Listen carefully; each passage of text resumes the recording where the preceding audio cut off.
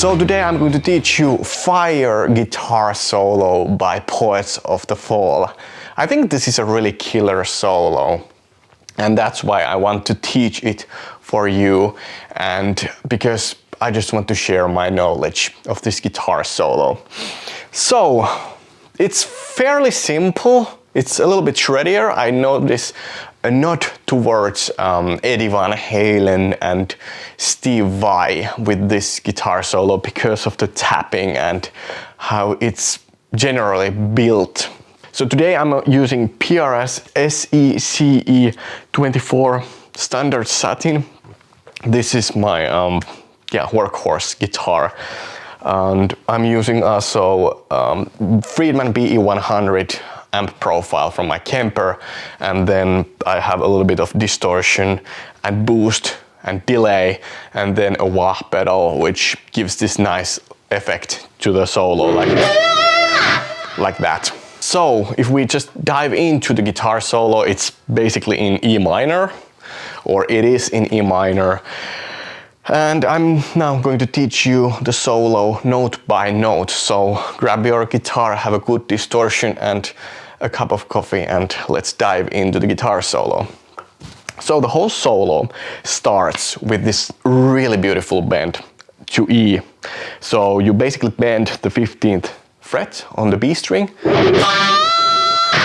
a whole step. So you can also play the E on the E string as well on the 12th fret. So the whole bend sounds like this.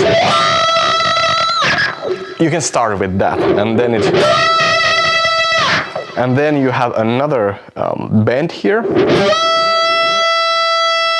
And then you play the 15th fret on the E string as well.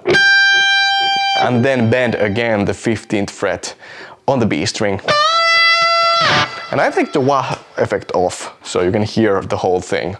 So the beginning of the guitar solo sounds like this.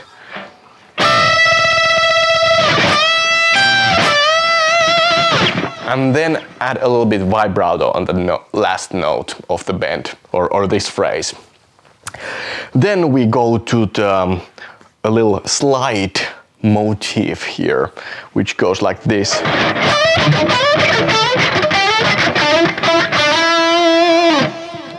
And here's what are the notes here. So 15th fret on the B string, slide it to the 17th fret. Then you can add this like ghost or muted notes here. So then from 12th fret on the B string to the 15th. Then 10 to 12, 8 to 10. Then we go to the G string and play 7th, slide it to the 9th. Then you probably have to use either the middle finger or the ring finger. You play the second time on the 9th fret on the G string. So it's the whole thing on the G string. Sounds like this. And then you play 7th fret on the G string. And then the 9th fret on the G string. So the whole thing slowly sounds like this.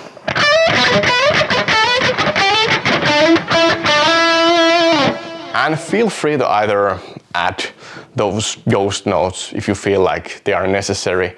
I think it adds a little bit more percussive touch to it, but I'm not entirely sure if it's in the solo as well. But again, feel free to add your own touch to the solo as well. So what we got right now is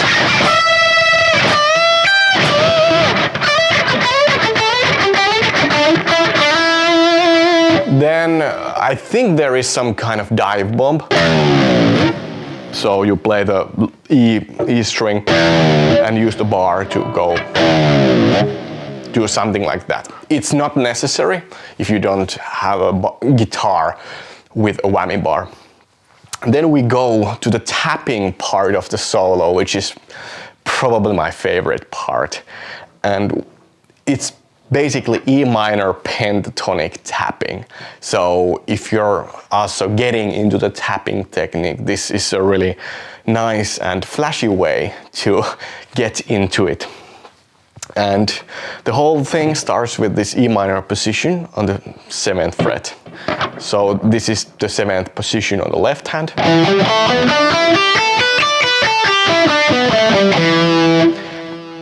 And then on the right hand you tap on the 12th fret on each string starting from the A string.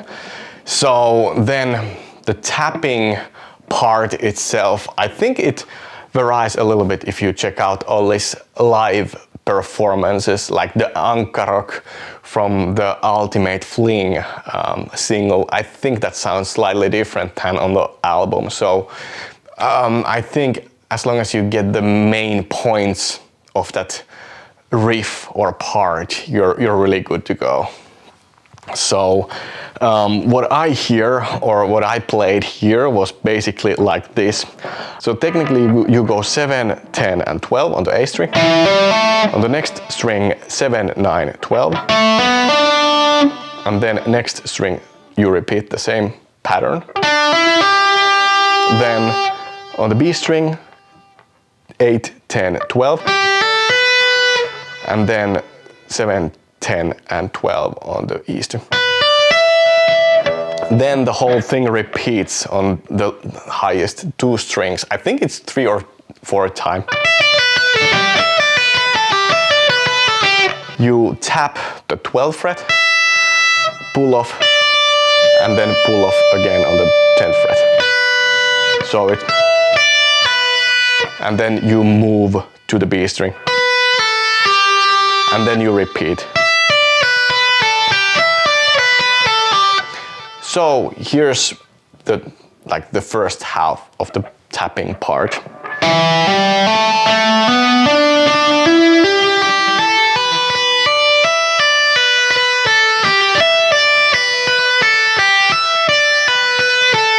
And then I think it goes like back towards to I think to the string pair of D and G string, but it moves like this.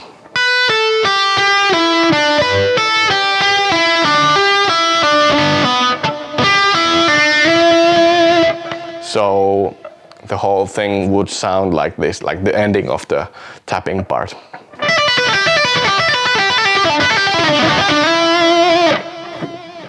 But the ending note here, I think it's the E note. But on the Ankarok version, I think it even goes like this. Something like that. But end it on the note of the E pentatonic scale. But the E note here as the ending is closer to the studio version. And then we go to the ending where I think the tension or the release of the tension happens. So we bend a whole note bend on the 17th fret on the E string. Play it again. Release the bend. Then 15th, 14th. I think it's a half step bend. You bend it and then release. 15th fret on the B, 14 on the G. You can either like slide it to the 12th fret.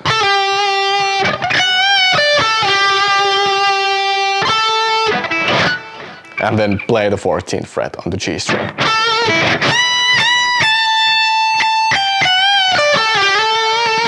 Then you end the whole solo with a half note bend on the E string,